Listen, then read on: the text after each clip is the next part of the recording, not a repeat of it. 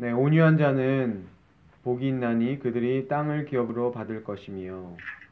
네, 한때는 이 말씀으로 사람들이 온유해야만 하나님께서 땅을 주시는구나.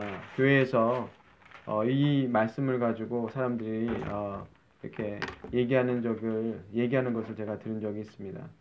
땅을 많이 가진 자는 그러면 온유한 자인가? 우리가 그런 생각을 하게 됩니다. 그러나 땅을 기업으로 받는다, 뭐 땅을 차지한다는 것은 사실은 이 세상의 관점으로 보면 땅을 차지하기 위해서는 강한 사람이어야 됩니다. 땅을 차지하기 위해서는 그죠? 억세고 강해야만 그 땅을 차지할 수 있습니다. 그러나 주님께서 말씀하시는 것은 뭐냐면 그 땅을 기업으로 하나님께서 주시는 그 땅을 받는다는 것이잖아요. 온유해서 하나님께서 그들에게, 그 온유한 자들에게 땅을 주시겠다는 거죠. 어떤 자기 힘으로 취하는 게 아니라 하나님께서 주시는 그 땅을 말씀하고 있는 것을 우리가 보게 됩니다. 시편 37편 11절에도 오직 온유한 자는 땅을 차지하며 풍부한 화평을 즐기리로다. 이렇게 말씀하고 있거든요. 그러니까 예수님께서 말씀하시는 것이 이 시편의 말씀하고 똑같은 말씀을 하고 있어요. 그래서 우리가 이 온유한 사람이 과연 어떤 사람인가 하는 것을 우리가 좀 생각해 보고자 합니다. 이 온유하다는 말은 이 헬라어에는 프라우스라는 말인데 가난하다, 억압받다, 그리고 겸손하다 그런 뜻을 가지고 있는 뜻이고요. 그리고 히브리어, 그러니까 구약에 있는 개념은 이제 아나 그런 뜻 그 단어인데 똑같아요, 비슷해요. 가난하고 고통하고 억압받는 그리고 온유하고 겸손하고 이게 같은 말이에요. 온유 겸손이 그 히브리어에서는 이 단어에서는 같은 의미로 쓰고 있어요. 그러니까 온유하다는 것은 사실 겸손하다는 의미를 같이 가지고 있다고 볼 수 있습니다. 그런 그 히브리 그 생각에서는 같은 개념이라고 볼 수 있어요. 그러면 이런 온유함이라는 것은 사실은 어떤 사람들이냐면 그 가난하고 어떤 억압당하는 그 고통 가운데 있는 사람들이 바로 그 온유한 상태라는 거죠. 근데 그렇게 된 상태가 어떤 상태 때문에 그럴까요? 그것은 어떤 자신의 잘못이나 이런 것 때문이 아니라 그런 개념보다는 이 온유하다라는 것은 어떤 하나님의 뜻을 따르려고 하고 하나님의 말씀을 지키려고 할 때 그것 때문에 오는 어떤 그 어려움들, 어떤 억압받는 것, 고통당하는 것 그런 것을 그런 상태가 사실은 온유한 상태, 겸손해진 상태라고 볼 수 있어요. 주님의 뜻에 의해서 어려움을 겪거나 그런 사람들을 바로 그 온유한 상태라고 얘기하고 있어요. 그 구약에서 그 온유라는 것을 떠올리면 제일 먼저 생각한 사람이 누구냐면 모세입니다. 모세. 왜냐면 그 민수기 12장 3절에는 그 모세에 대해서 표현을 하는데 모세가 그 온유함이 지면의 모든 사람보다 뛰어났다, 승하다 이렇게 적고 있거든요. 그러니까 모세가 그 온유한 게 그 당시에 이 세상의 어떤 사람들보다 온유함이 높았던 사람이라고 얘기하고 있거든요. 근데 그 모세를 생각하면 이 히브리 단어를 생각해 보면 그러면 모세가 얼마나 그쵸? 힘들고 가난하고 겸손한 그런 삶을 살았는지 사실은 성경이 얘기하고 있잖아요. 모세의 겸손으로 따지면 왕자로 이집트의 왕자로 있다가 자기가 그 사람을 죽임으로 인해서 그 광야에 가서 고생을 많이 했잖아요. 그러니까 최고의 위치에 올라갔다가 사실 가장 밑바닥까지 내려왔던 이 사람의 그 인생으로 따져도 그런 참 쓴 그런 경험을 해서 참 낮아진 사람이잖아요. 40년에서 광야에 살면서 그 목자로서 낮아져 있는 그런 모세였고 그리고 하나님께서 부르셔서 이스라엘 백성을 인도하는데 얼마나 속을 많이 새깁니까? 저희가 보겠지만 이 모세가 리더로서 갖게 되는 그 어려움들이 사실은 너무나 컸어요. 예. 두 쪽에서 그 하나님과 백성의 그 이어주는 어떤 중보자 역할을 했었잖아요. 백성들이 직접 하나님을 만날 수 없기 때문에 그들이 하나님을 또 무서워했잖아요. 그래서 모세가 하나님을 대면하고 하나님과 얘기했지만 또 한편으로는 어떻게 합니까? 아주 교만하고 말 안 듣는 그 이스라엘 백성을 또 대해야 돼요. 그러니까 모세는 극과 극을 늘 다루는 사람이었어요. 하나님을 만나면 정말 가장 거룩하시고 가장 영광스러운 그 하나님을 만나고 하나님을 대면하지만 또 내려왔을 때는 자기의 그 일상에서 자기가 만나고 이런 사람들은 정말 불순종하고 불평하고 그런 사람들 가운데 있었던 거죠. 그러나 그런 그 모세는 바로 그런 어려움을 통해서 온유했다고요. 온유하고 낮아지고 겸손해진 그런 사람이라는 것을 성경이 얘기하고 있습니다. 그래서 그 모세가 이 말씀이 나올 때 뭐라 그랬냐면 그 미리암이 그 모세가 그 구스 여자 이방 여자를 데리고 그 결혼한 것에 대해서 그 비판을 하거든요. 그때 하나님께서 그 미리암을 그 훈계하시고 그렇죠? 미리암이 그 죄 때문에 하나님께서 미리암을 탓하잖아요. 내가 나와 대면하는 자를 내가 그렇게 비방하냐. 그렇죠? 하나님께서 모세의 그 편을 들어주시고 그리고 그 미리암에게 그렇죠? 문둥병이 생기잖아요. 그런 상태에서 모세가 어떻게 하냐면 하나님께 기도해요. 미리암을 위해서 기도하고 하나님 그거 치유해 달라고 기도하거든요. 그러니까 그 모세의 모습 속에 바로 그 온유함이 어떤 것인지를 알게 돼요. 그런 고난 가운데 있을 때 오히려 그 온유한 자는 기도하는 자이라는 것을 우리가 알 수 있고요. 예수님이 그 마태복음 11장에도 무겁고 짐진 자들아, 바로 그 상태가 어떤 상태냐면 바로 이 온유한다고 얘기했을 때 그 고통 가운데 있는 그런 사람들을 얘기하는 거거든요. 근데 그런 하나님 나라의 를 위해서 하나님의 뜻을 위해서 사실은 무겁고 짐진 자들, 그리고 이 세상 속에서 살아갈 때 그 무겁고 짐진 자들도 있죠. 근데 그들에게 예수님께서 초청하잖아요. 무겁고 짐진 자들아 다 나에게 오라. 근데 그 말씀의 앞에서 뭐라고 말씀하셨냐면 예수님이 말씀하시는 그 천국의 말씀들을, 하나님 나라의 말씀을 누가 받았냐면 지혜 있고 똑똑한 자들이 받은 게 아니라 어린아이와 같은 자들이 그 말씀을 받아들였다고 얘기하시거든요. 그러니까 이 무겁고 짐진 자들은 사실은 그 어린아이와 같은 주님밖에는 의지할 자가 없는 사람들, 그리고 그렇게 눌려있는 사람들, 억압받은 사람들을 향하여서 예수님이 초청하시는 거거든요. 그때 그들이 예수님께 와라 라고 말씀하셨을 때, 그리고 예수님이 뭐라 그러죠? 내 멍에를 나에게 와서 배우고 나의 멍에를 매라고 하셨는데, 그 멍에는 그렇죠? 무거운 것이 아니라 그랬어요.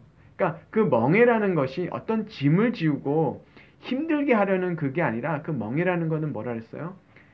주님께서 인도하시는 그 인도하심을 받으라는 거거든요. 예. 그래서 우리를 인도하시겠다는 것이고, 바로 주님께 배우고 그 주님의 말씀을 듣는 자가 되는 것, 그것이 바로 우리를 주님께서 인도하시는, 그리고 여기서 얘기하는 그 땅을 기업으로 받는다는 것은 바로 예수님께서 우리에게 그 온유하신 분이 우리에게 온유를 가르쳐 주시고, 그렇잖아요. 예수님이 온유하시다고 그랬잖아요. 그러니까 우리한테 온유를 가르쳐 주시는데, 그 온유는 어떤 것이냐면 바로 예수님의 온유죠. 그 온유를 우리가 가질 때, 배우게 될 때 우리는 그 예수님이 인도하시는 그 땅으로 가게 되는데, 그 땅이 이 세상의 땅이 아니라는 거예요. 여기서 얘기하는 것은 예수님이 이 땅을, 이 세상의 땅을 얘기하는 게 아니라 하나님이 우리를 인도하시는 바로 하나님 나라를 얘기하는 거죠. 하나님 나라.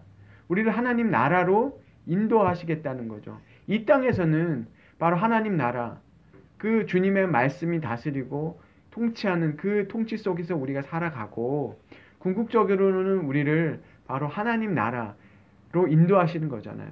그래서 우리가 계시록에 보듯이 새 하늘과 새 땅으로 주님께서 우리를 인도해 주신다는 것을 우리가 알 수 있습니다.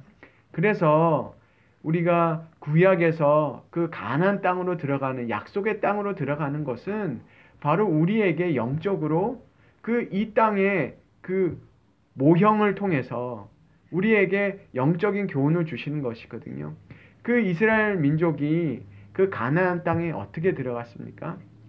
네, 자기들의 힘이 강하고 군사력이 강해서 그 가나안 땅, 약속의 땅으로 들어간 것이 아니라 바로 하나님을 의지하고 하나님의 그 말씀을 순종할 때 그 약속의 땅으로 들어가잖아요.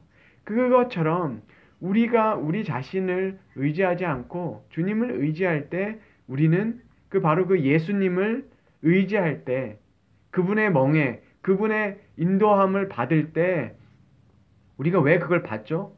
우리의 상태가 그 고통 속에 있고 그 고난 속에 있을 때 우리는 주님을 끊임없이 의지해서 주님께서 우리를 어디로 인도하시냐면 바로 우리가 이 땅에서도 하나님의 다스림을 받게 하시고, 그래서 그 천국을 맛보게 해 주시고 우리에게 그 평안과 그 화평을 준다 그랬잖아요. 우리가 요한복음에서도 봤을 때 예수님께서 뭐라 그래요? 우리에게 평화를 주신다 그랬잖아요. 화평, 평화 똑같은 말이잖아요. 그 땅으로, 구약에서 우리가 37장 시편에서 말씀하는 오인용한 자는 땅을 차지하며 풍부한 화평을 즐기리로다. 이 말씀이 바로 그 성령께서 우리에게 오심으로 인해서 우리에게 주는 그 평화, 그걸 말씀하시는 거죠. 그러니까 우리는 성령으로 인해서 이 땅에서 그 화평을 맛보게 되게 되고, 또 결국에는 우리가 이 세상의 끝에서는 우리가 하나님 나라에서 새 하늘과 새 땅으로 들어가게 되죠. 그래서 계시록에서 21장에 이렇게 얘기합니다. 하나님의 장막이 사람들과 함께 있음에 하나님이 그들과 함께 계시리니 그들은 하나님의 백성이 되고 하나님이 친히 그들과 함께 계셔서 모든 눈물을 그 눈에서 닦아주시리니 다시는 사망이 없고 애통하는 것이나 곡하는 것이나 아픈 것이 다시 있지 아니하리니 처음 것들이 다 지나갔음이로라. 이게 새 하늘과 새 땅이 올 때 그 일이 이루어지지만 그 일이 우리의 이 땅의 삶에도 사실은 이루어지잖아요. 바로 주님께서 우리가 이 산상수훈에서 심령이 가난하고 애통한 자들이 이렇게 곡하고 아파하잖아요. 그때 그 눈물을 닦아주시는 분이 바로 주님이라는 걸 우리가 알게 되잖아요. 그 위로를 우리가 이 땅에서도 받고 주님의 나라에서도 받게 된다는 것을 이 계시록의 말씀은 우리에게 말씀해 주고 있어요. 그래서 바로 이 온유하다는 것은 우리가 고통 속에 있고, 그리고 억압 가운데 있고, 또 가난 가운데 있고, 그런 어려움 가운데, 영적이든 아니면 실제적으로 우리 삶에 이러한 고통 가운데 있을 때 그 주님의, 예수님의 그 우리를 부르시는 그 음성을 우리는 어떻게 됩니까? 듣잖아요. 주님이 부르시잖아요. 그 무겁고 짐진 자들아 했을 때 정말 그러한 사람들, 그 무겁고 짐진 자들, 영적으로나 육체적으로나 어떤 물질적인 것이나 그거 상관없이 정말 그 주님의 부르시는 그 음성을 들은 자들은 바로 온유한 자들이죠. 그렇죠? 그러니까 그 주님의 음성을 듣고 그 주님을 따라가는 거거든요. 주님이 그렇게 해서 그들을 인도해 주시는 그 인도하심을 받게 돼서 결국 그 음성으로 나오는 자들, 그게 뭐예요? 그 양과 같이 그 목자의 음성을 듣고 나가는 그 사람들이 바로 하나님의 땅으로 들어가게 된다는 거죠. 그래서 시편 23편에도 바로 그 목자의 음성을 따라 들어가는 사람들, 그 양들이 어떻게 된다 그랬어요? 그 주님의 그 집에 영원히 거하리라고 그랬잖아요. 그렇죠? 똑같은 말씀. 우리를 쉬게 하시고 우리에게 그 푸른 초장으로 인도해 주시고 우리가 정말 부족함 없으리로다. 그런 고백을 우리가 할 수 있게끔 해 주시는 것을 우리가 깨닫게 됩니다. 사도 바울도요. 이렇게 얘기해요. 12장 고린도후서 12장 10절에 이렇게 얘기합니다. 내가 그리스도를 위하여 약한 것들과 능력과 궁핍과 박해와 공고를 기뻐하노니 이는 내가 약한 그때의 강함이라 이렇게 얘기합니다. 그러니까 사도 바울이 영적인 많은 그런 것을 보았고, 그쵸? 그 3층점까지 그 하느님 나라를 정말 본인이 그걸 봤다라고 얘기했는데 하나님께서 뭘 주셨냐면 그의 몸에 육체의 가시를 줬다 그랬잖아요. 근데 그가 기도해도 주님께서 그거를 없애지 않으시고 오히려 뭐라고 하셨냐면 내 은혜가 내게 족하다. 이는 내 능력이 약한 데서 온전하여짐이라 하신지라. 그래서 사도 바울이 자신의 그 약함을 오히려 자랑하고 그 약함 속에서 하나님의 능력이 나타나기 때문에 본인이 그것을 기뻐하노라 라고 얘기합니다. 그러니까 이렇게 약해지고 본인이 정말 사단의 그 가시가 있어서 얼마나 고통스러웠겠습니까? 그런데 이러한 속에서 바로 사도 바울이 이 온유함이 거기에 있는 거죠.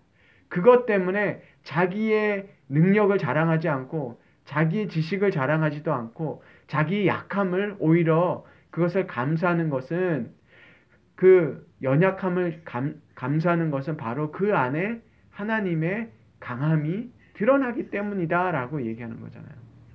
그래서 이 온유함 속에는 바로 우리의 연약함을 사실은 말씀해 주는 거예요. 그렇게 연약함을 가지고 그 온유함 속에 있을 때 우리가 우리 자신을 의지하지 않고 오히려 어떻게 합니까? 하나님의 강함을 바라보고 하나님을 의지할 때 하나님께서는 그 강함으로 우리를 채워주시겠다. 그리고 우리가 그렇게 연약할 때 우리를 위로해 주시고, 그렇죠? 우리를 하나님께서 우리의 그 어려움들을 통해서 하나님께서 우리가 하나님의 위로를 받게 하시고 정말 궁극적으로는 그 새하늘과 새 땅을 이 땅에서도 그것을 맛보게 하시고 그 영원한 하나님의 그 새하늘과 새 땅으로 인도해 주실 것이라는 것을 우리에게 약속해 주고 계세요. 그래서 우리는 이 연약함 속에 있을 때, 그 핍박과 어려움 속에 있을 때라도 우리가 오히려 그 주님을 의지하게 되었다라는 것이 우리에게는 기쁨이 되겠죠. 주님을 의지할 수 있다라는 것. 그것이 사도 바울의 고백처럼 오히려 그런 능력과 궁핍과 박해와 그 공고를 기뻐할 수 있는 바로 이것을 기뻐하는 이 사람이 바로 온유한 자라고 성경은 얘기하고 있습니다. 그래서 우리가 주님 앞에 이 온유함 속에서 주님께 기도하는 자, 그 사람이 바로 온유한 자거든요. 모세와 같이 공격을 받아도 주님 앞에 엎드릴 수 있는 사람, 정말 더 수치를 당할 때, 또 사람들의 공격을 받을 때도 하나님 앞에 엎드릴 때 그 사람들을 하나님께서 채우시고 위로하시고 하나님의 그 강함을 나타내 주심을 우리가 이 온유함 속에서 발견하는 그 축복이 임하기를 주 예수 그리스도의 이름으로 축원합니다.